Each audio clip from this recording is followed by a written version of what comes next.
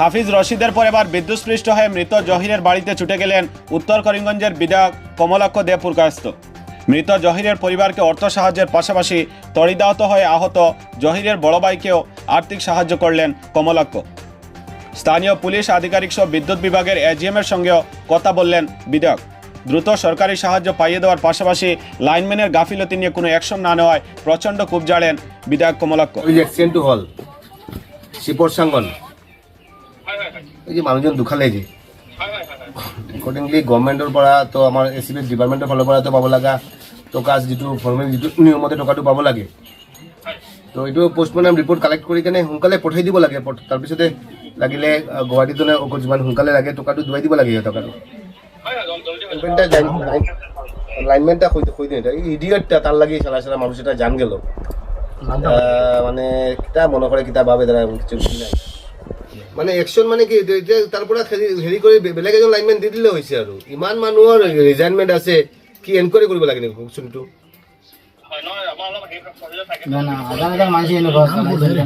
হাজার হাজার মানুষ তাতে কমপ্লেইনটো দিলে এনকোয়ারি আছে, তেনেহ'লে আমি হেৰিয়াত লিখিব এমডিক লিখিব লাগিব যে এজিএমৰ ওপৰত কমপ্লেইন এজিএমে হেৰি কৰিব লাগিব, এজিএমে নেগলিজেন্সি লাগি হৈছে। আপোনাৰ যিটো নেগলিজেন্সিৰ কাৰণে হৈছে লাইনমেন এটাৰ কাৰণে হৈছে, এতিয়া যদি লাইনমেনে যদি আপোনালোকে এনকোয়ারি দিয়ে তেনেহ'লে তো এজিএমৰ ওপৰত এনকোয়ারি দিব লাগিব। এনেকুৱা হৈছে আৰু বস্তুটো এইটো কথা হ'ল নেকি? তাক হেৰি কাৰণে তাৰ যে নেগলিজেন্সি আমাৰ ডিপাৰ্টমেণ্টৰ যেতিয়া নেগলিজেন্সি হয় তলৰ নেগলিজেন্সিৰ কাৰণে ডিপাৰ্টমেণ্টেল নেগলিজেন্সি হয়, লাইনমেনৰ কাৰণে ডিপাৰ্টমেণ্টৰ ইমান লফুল সৃষ্টি হৈছে। গম পাইছে বস্তুটো?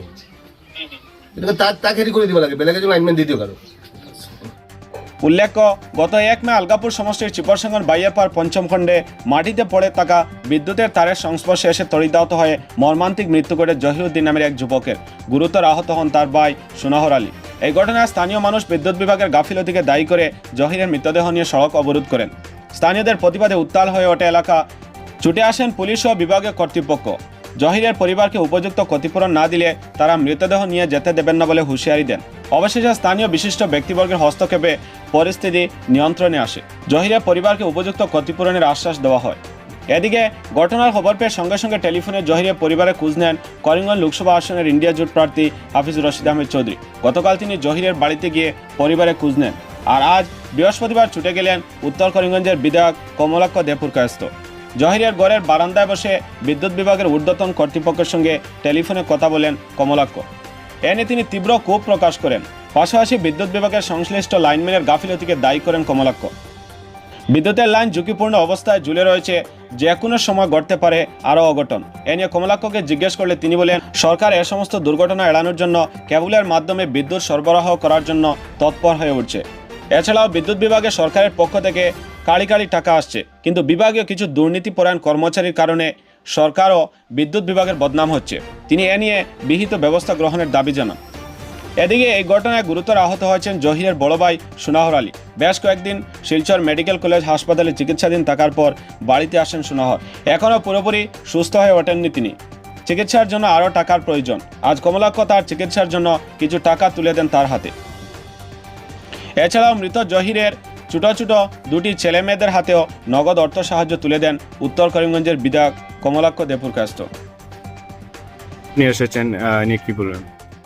জহিরের বিদ্যুৎপৃষ্ট হয়ে মারা যান এবং ওনার ভাই গুরুতরভাবে আঘাতপ্রাপ্ত হন। বিশেষ করে এই যে বর্তমান যে পরিবেশ সেটা সম্পূর্ণভাবে দেখতে পারলাম যে বিশেষ করে ডিপার্টমেন্টের কিছুটা নেগলিজেন্স, অর্থাৎ ফিল্ড লেভেলে যারা যেগুলো স্টাফ যেগুলো আছে এই অঞ্চলের মানুষ অনেকবার ফোন করেছিলেন, কিন্তু সামান্য ব্যাপারে রেসপন্স না দেওয়ার জন্য আজকে যে অবস্থা, আজকে একটা মানুষের মৃত্যুবরণ হতেও পারে। তাই দুঃখজনক ব্যাপার। তাই বিশেষ করে লাইনম্যান থেকে শুরু করে যারা আছেন, যারা মানে ফিল্ড লেভেলে যারা কাজ করছেন, যারা আমি বিভাগকে বলেছি যে ইতিমধ্যে এর উপর ব্যবস্থা নেওয়া হোক এবং অন্তত যেগুলো আছে ছোটখাটো যেগুলো সমস্যা আছে, বড় সমস্যা হলে বড় সমস্যা দেখা দেবে, ছোট সমস্যা হলে মানুষ লাইনম্যানকে ফোন করবে, মানুষ ছোটখাটো সমস্যা হলে ফোরম্যানকে ফোন করবে, অর্থাৎ ছোট ছোট মানুষকে ফোন করবে, ফোন করে ওরা এসে যাদের সেই সমস্যাগুলো সমাধান করে। কিন্তু আজকে এই সামান্য ভুলের জন্য আজকে মানুষের জীবনটা গেল।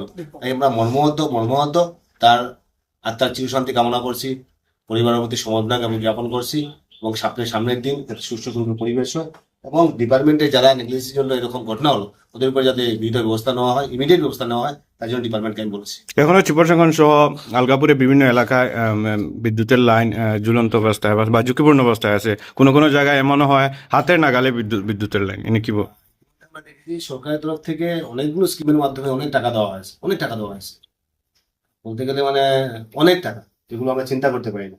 সেই টাকাগুলো ফিল্ড লেভেলে ঠিকঠাকভাবে ব্যবহার হচ্ছে কি হচ্ছে না, সেটা হচ্ছে কি বড় ব্যাপার। আজকে বিধায়ক হিসেবে আমার দায়িত্ব, এই অঞ্চলের জনপ্রতিনিধির দায়িত্ব, যে যদি কোনো জায়গায় যদি কাজের লাইন যদি একজন ঝুলন্ত অবস্থায় থাকে সেটাকে কেবল করে সেই অঞ্চলের মানুষকে কীভাবে সেফগার্ড করা যায়, এই অঞ্চলের জনপ্রতিনিধির দায়িত্ব। তাই জনপ্রতিনিধিরা এবং আমি মনে করি যারা পাবলিক রিপ্রেজেন্টেটিভ তারাই যদি সক্রিয় না থাকে তাহলে এরকম ঘটনা হবে। তাই যেবার যাদের নেগলিজেন্সি এরকম হয়েছে, যাদের বিভাগে যাদের উপর দায়িত্ব আছে তাদের উপর ব্যবস্থা নেওয়া হবে। আমি ইতিমধ্যে ডিজিএমকে বলেছি যে এইরকম যেগুলো লফুল যেগুলো আছে ইমিডিয়েট সেগুলো রেক্টিফাই করার জন্য। তো আজকের দিনে ভারত সরকার সিদ্ধান্ত নিয়েছে যে প্রত্যেকটা লাইনকে কেবল করা হবে। আসাম সরকার সিদ্ধান্ত নিয়েছে যে প্রত্যেকটা লাইনকে কেবল করা হবে। অর্থাৎ কেবল দিয়ে করলে আমাদের ঝুঁকি যেগুলো আছে সেগুলো 95% হয়ে যায়, মানুষের জীবন রক্ষা হয়। সে সময় সরকার সিদ্ধান্ত নিয়েছে যে মানুষের জীবনের নিরাপত্তা, সেই সময় দেখা যাচ্ছে ডিপার্টমেন্টাল যারা লাইনম্যান আছেন যারা ওদের নেগলিজেন্সের জন্য মানুষ মারা যাচ্ছে, তাই জন্য ওদের উপর বিহিত ব্যবস্থা নিতে হবে। ইতিমধ্যে আমি বিভাগীয় কর্তৃপক্ষকে আমি বলেছি।